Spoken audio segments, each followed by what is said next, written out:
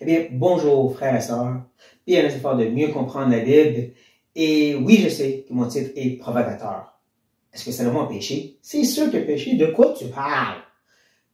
Mais quand tu tournes dans 2 Chroniques, on dirait qu'il va pécher. Ça parle jamais de ses multiples femmes ou le fait qu'il a créé des temples pour adorer des faux dieux et tout cela. C'est comme sauter par-dessus. On peut dire, est-ce que c'est un effort de blanchir la vie de Salomon, de la camoufler? Non. Faut juste pas oublier que autant les des chroniques que ceux de Samuel et Roi ont 2 audiences différentes. Ça, j'ai mentionné, je le répète. Ceux de Samuel et de Roi, c'est des gens qui sont en exil présentement. Ils se font dire, voici pourquoi vous êtes là. Le péché, Dieu punit. Prenez ça au sérieux. Mais les Chroniques, c'était écrit quand ils sont revenus et en train de tranquillement rebâtir un tout petit groupe comparé à qui qu'ils étaient avant. Et même, ils n'ont pas tout le pays en entier, ils ont juste Juda et la ville de Jérusalem, c'est pas très gros. Il y a beaucoup d'ennemis même contre eux. Donc, il va se faire encourager eux autres de persévérer. C'est pour ça, en grande partie, Dieu saute par-dessus les péchés de David et Salomon se concentre sur leur obéissance et la bénédiction de Dieu sur l'obéissance. Parce que c'est ce qu'il veut leur faire comprendre. Mais il y a aussi un aspect de péché. Et ça, on le voit dans les chroniques aussi. Dieu ne cache pas ça complètement. Justement, regardez ça avec vous. La grâce de Dieu en rend pas le péché. Je revenais sur Salomon aussi à la fin. Mais Roboam, fils de Salomon, qui a un peu mal commencé son temps de roi, il a fait diviser le pays en 2. Mais il y a quand même eu un sens d'obéissance, sauf qu'un peu plus tard, eh bien, on peut lire ceci. Lorsque Roboam se fut affermi dans son royaume et qu'il acquit de la force, il abandonnait la loi de l'Éternel et tout Israël l'abandonnait avec lui. Donc, qu'est-ce que Dieu fait? Il y a un prophète pour leur dire, le roi d'Égypte, le pharaon Shushak, je pense que c'est comme ça son nom, va venir contre vous pour vous punir. Les chefs d'Israël s'humilient et se repentent. Et aussi, Roboam lui-même. Comme Roboam s'était humilié, l'Éternel détournant de lui sa colère. Il ne le détruisait pas entièrement. Il y avait encore des bonnes choses en Juda. Ce qu'on apprend, c'est que quand même, le roi vient, va prendre beaucoup de richesses, mais va laisser comme le pays plus ou moins tranquille.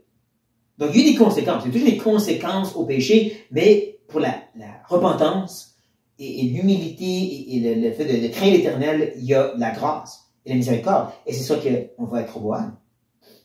Ce qui est intéressant, c'est qu'après ça, il y a une belle grosse liste de rois qui, eux, lorsqu'ils sont visités par des prophètes pour leur dire vous êtes en rébellion, ils s'en foutent.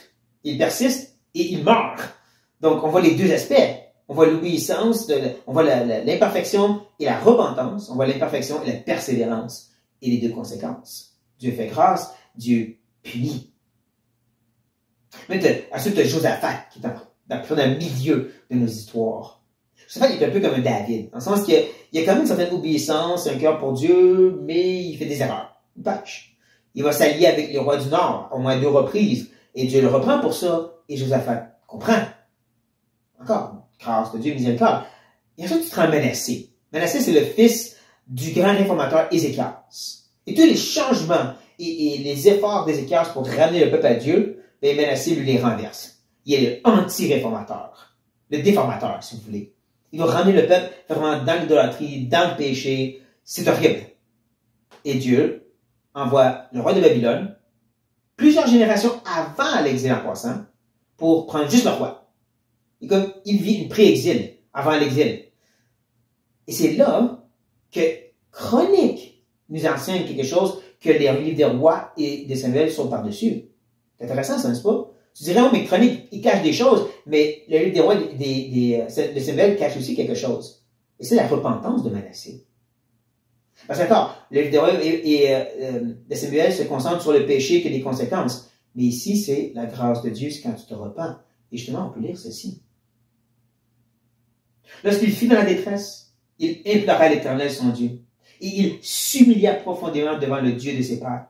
Il lui adressa ses prières. Et l'Éternel, se laissant fléchir, exauça ses supplications et le ramena à Jérusalem dans son royaume. Et Manassé reconnut que l'Éternel est Dieu. Wow! Même un peu plus loin, ça va nous ajouter, voici qu'est-ce que Manassé a fait. C'était pas juste une prière, mais ça ne veut rien dire. Ça ajoute que il fit disparaître de la maison de l'Éternel les dieux étrangers et l'idole.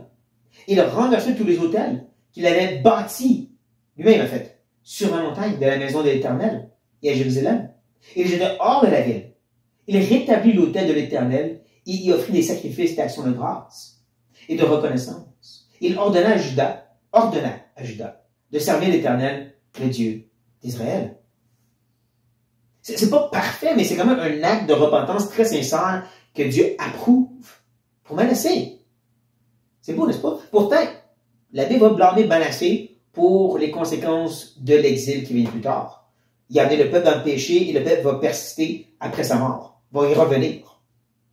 Ce que lui avait établi, il va y retourner, même s'il lui a amené un réveil momentané.